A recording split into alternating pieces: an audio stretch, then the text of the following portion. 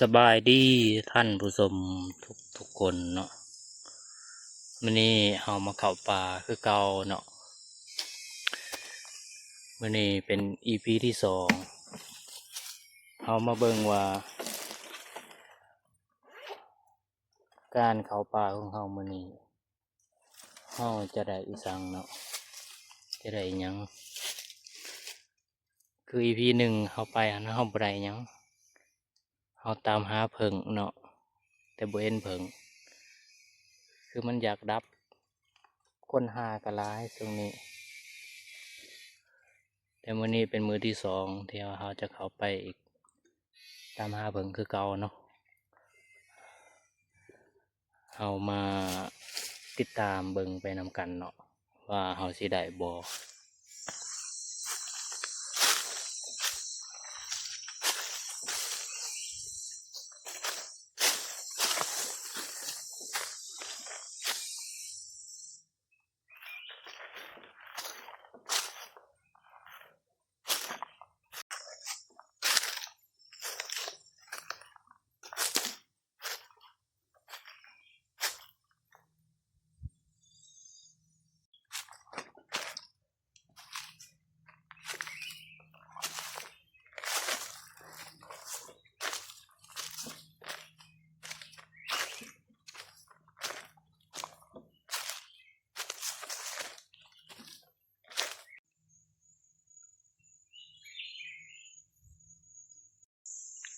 เจอเห็ดขอนขาวพี่น้อง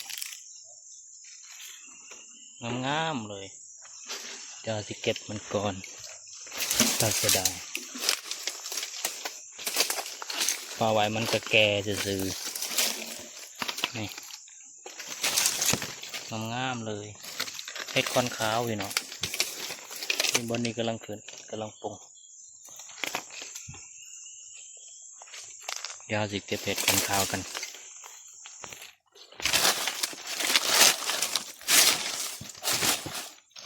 นี่อ้อ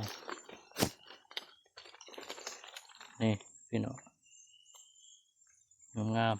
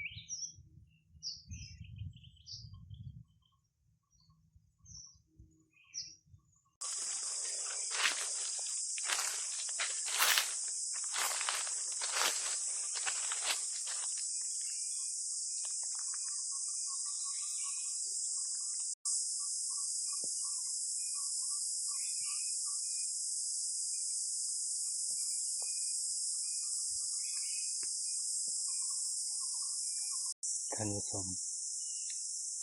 ตอนนี้เฮาเจอเพิ่งแล้วครั้งหนึ่งเนาะเดี๋ยว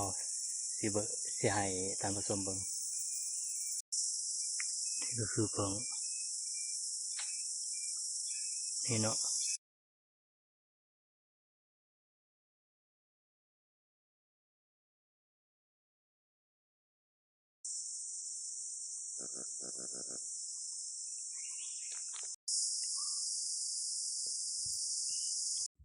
เห็นอีกครั้งท่านผู้ชมครั้งหนึ่งจะพูดว่าเสียเอาได้บ่เพราะว่ามันค่อนข้างจะสูงจะเสียให้เบิ่งเนาะ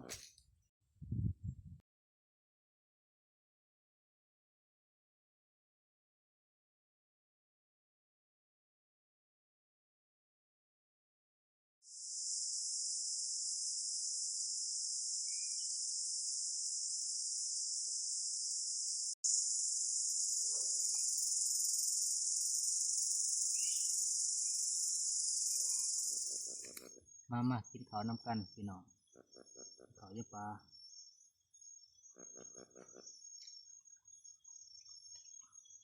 กินกับ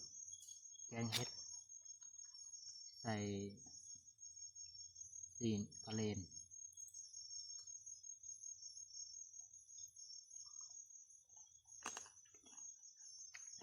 อืม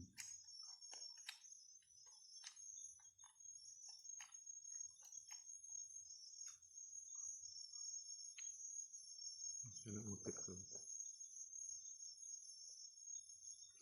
ทำอะไร มาเด้อมาเด้อ จัด